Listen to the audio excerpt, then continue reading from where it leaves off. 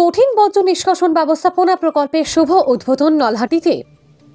পশ্চিমবঙ্গ সরকারের মুখ্যমন্ত্রী মমতা বন্দ্যোপাধ্যায়ের ঐকান্তিক প্রচেষ্টায় এবং নলহাটি বিধানসভার বিধায়ক শ্রী রাজেন্দ্র প্রসাদের তত্ত্বাবধানে কঠিন বর্জ্য নিষ্কাশন ব্যবস্থাপনা প্রকল্পের শুভ উদ্বোধন হয় বৃহস্পতিবার বেলা 11টার সময়।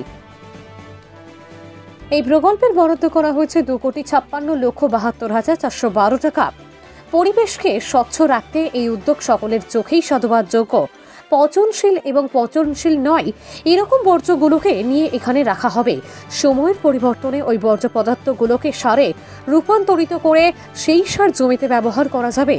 আবার পচনশীল নয় অর্থাৎ প্লাস্টিক জাতীয় বর্জ্যগুলি আলাদা করে পুনরায় রিসাইকেল করে ব্যবহারযোগ্য করে তোলা হবে আধুনিক বিজ্ঞান প্রযুক্তির মাধ্যমে। শহরের ক্ষতিকর বর্জ্য পদার্থ বাইরে চলে আসছে, তাতে স্বাস্থ্যের পক্ষে উপকার। ঠিক তেমনি এই বর্জ্যগুলোকে নিয়ে সার তৈরি করলে জমির ক্ষেত্রেও শোভনীয়। এ বিষয়ে বিস্তারিত শুনবো বিধায়ক রাজেন্দ্র প্রসাদ ঠিক কি বলেন। আজকে কি উদ্বোধন করলেন? আজকে এটা প্রসেসিং গ্রাউন্ড। এটা আবর্জনা প্লাস্টিক সব আলাদা হবে, প্লাস্টিক পেস্ট হয়ে বেরিয়ে যাবে। 14 মেট্রিক টন পার ডে এখানে কনজামশন হবে। আচ্ছা, আবর্জনা এটাতে কি মনে করছেন, নলাটি কি তাহলে পরিষ্কার পরিচ্ছন্ন থাকবে? এখনো পরিষ্কার পরিচ্ছন্ন আছে, সামনে আরো পরিষ্কার পরিচ্ছন্ন হবে।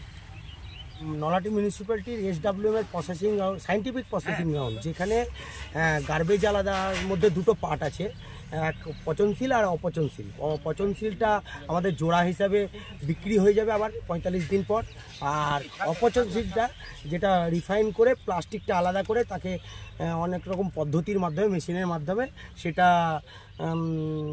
কাঁচামাল হিসাবে বিক্রি করা যাবে এবং চেয়ার টেবিল বা SWM এর ওয়েস্টেজ যে গার্বেজগুলোর বিনস হয় সেগুলো তৈরি করা হবে।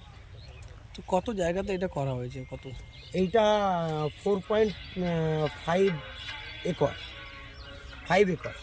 তো পার ডে কত এখানে মানে আবর্জনা ফেলা হবে বা জমবে? এখানে পার ডে আবর্জনা ফেলা হবে 14 থেকে 15 মেট্রিক টন এমটি।